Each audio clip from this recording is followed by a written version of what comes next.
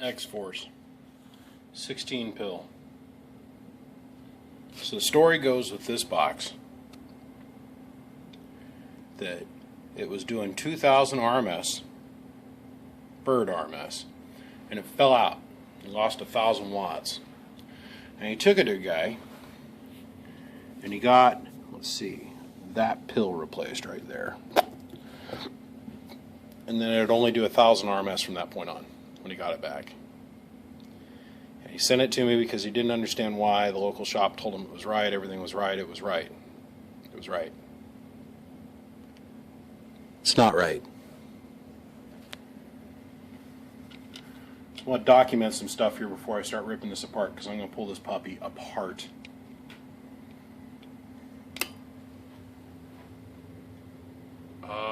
I'm dead keying 1.5 watts, and somehow I'm getting 2 watts back. Hello, audio. Swinging to 20 and I'm getting, what, 4.5, 5 watts?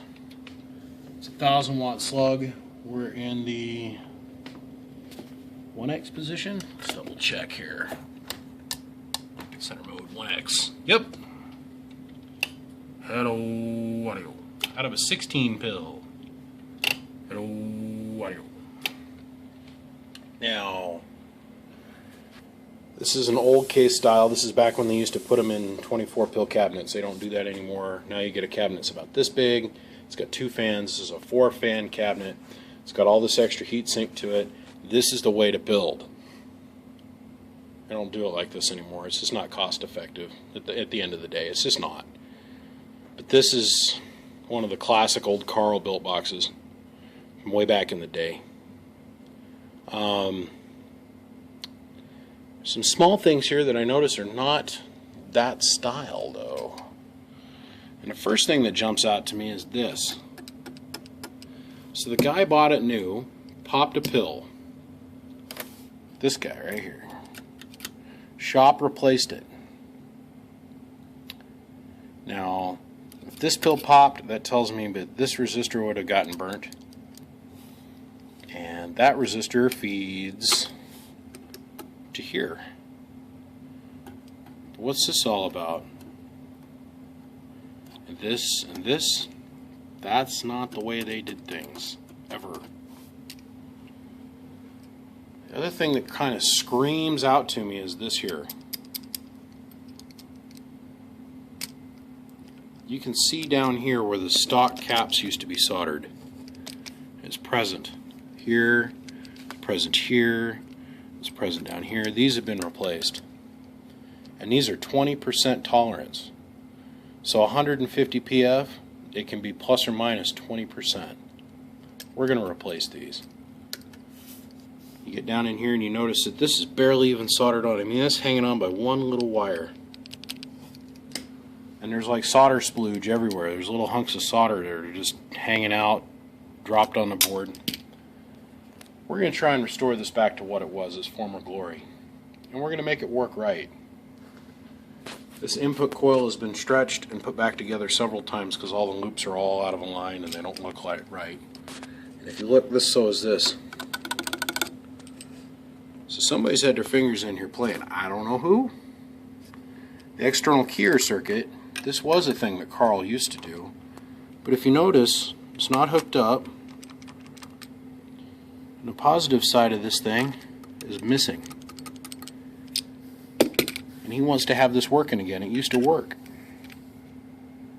We'll fix it. Have faith. The other thing that really concerns me is, I don't know if you can see it or not, these relay contacts have been welding. This is smoked out in the plastic. And you can see that they're all pitted and arced. The one on here is jet black. You can't even see through the plexiglass. The ground tabs are busted off. We're going to fix all of that. So let's rip it apart. First we're going to fix this. Then we're going to come back and figure out what's going on with this. And then we're going to change our output, combining capacitance. And then we're going to replace all of our resistors. And I bet you this puppy comes right back to life. The other thing is, somebody's been in here with a soldering iron. You can tell they laid it across here when they were soldering here. probably going to replace these caps. We're going to have fun. Let's get on with the show. Salvation is reserved for those who pass the test. If you survive, an elevated existence awaits. Initiate Phase 1. Power up the base cannon.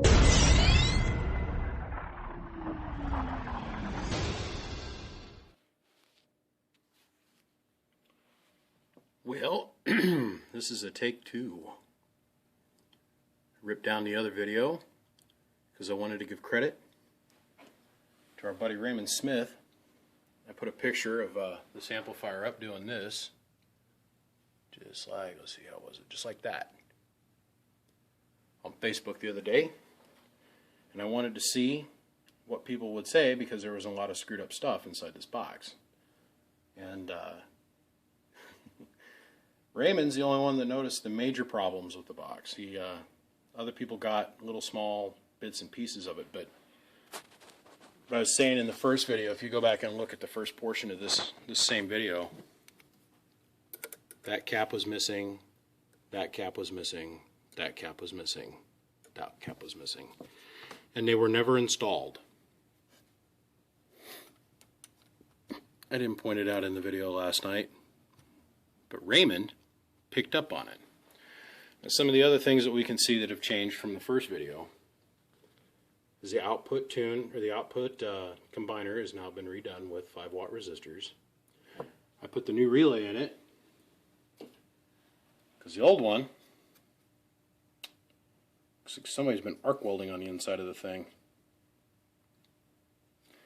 And me being the custom shop, I went ahead and replaced it.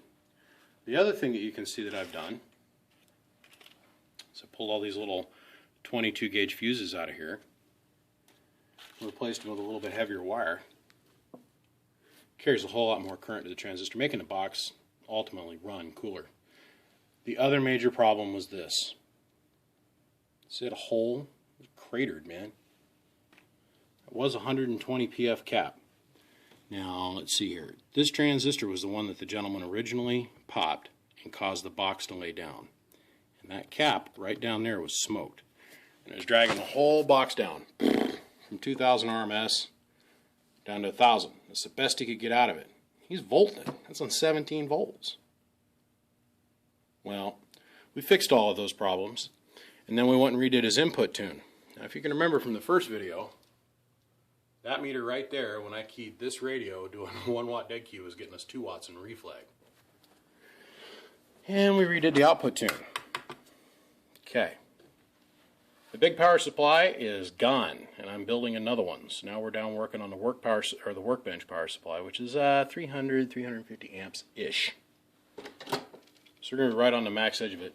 We're going to work at 13 volts on the box today.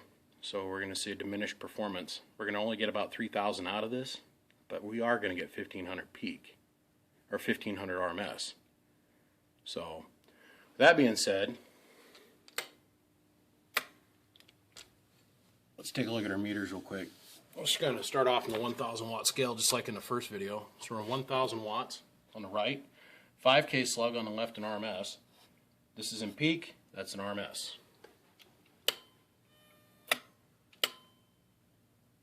Hello, audio. If you notice, we picked up 100 watts just by doing the input tune. Check this out. The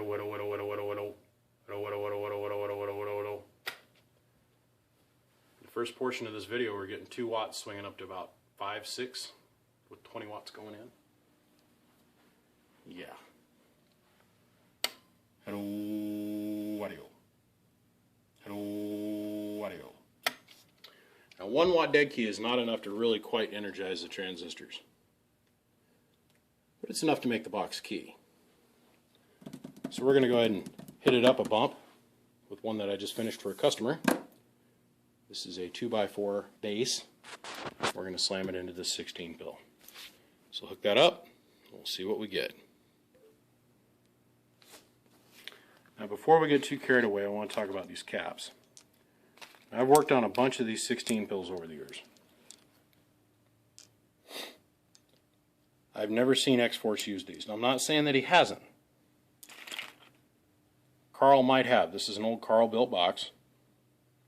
And these are 150s, but they're 20%. Okay? So out of this 4, when I went and I measured them, we had one that was at like 120, another one that was at 160, one that was actually at 150, another one at 140. So they're all different values.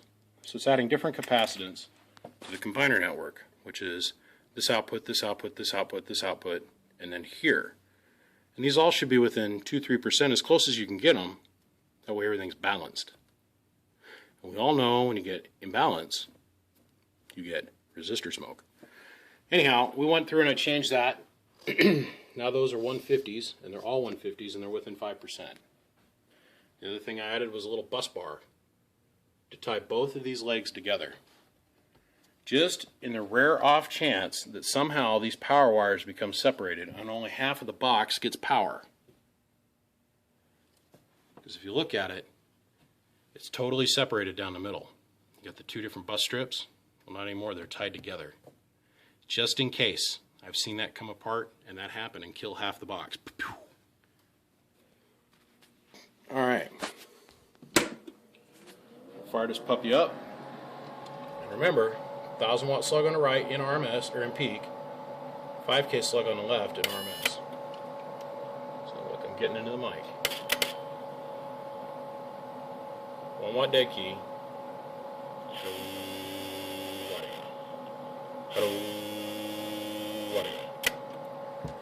We just did 1400 RMS. Now we're going to flip that down to 5 times. This is like a 5-time slug now. Okay, so this is a 5,000 watt slug. Now this is reading the same as a 5,000 watt slug. This is in peak. That's an RMS. So we'll try this again.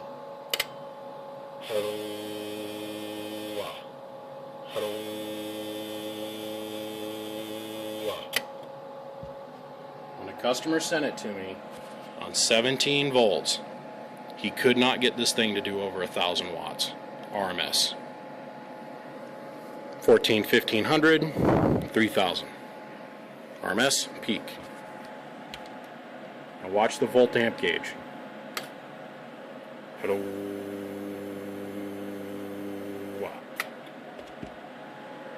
Well, almost 400 amps. It's dropping to 300 or 13 volts. When this guy gets this box back, it's going to blow his shorts off. Anyhow, Raymond, good eye. And by the way, buddy, you just want a $100 coupon off of any box you're choosing. So that means the little 2 pills that I sell for like $260 or whatever, 160 bucks. Give me a call, Raymond. Let me hook you up with $100 off any box. My name is BBI, and I am the biggest mud duck in Idaho. Check us out, www.bbiamps.com. One more dude, Super 10-8. I'll see you, bye.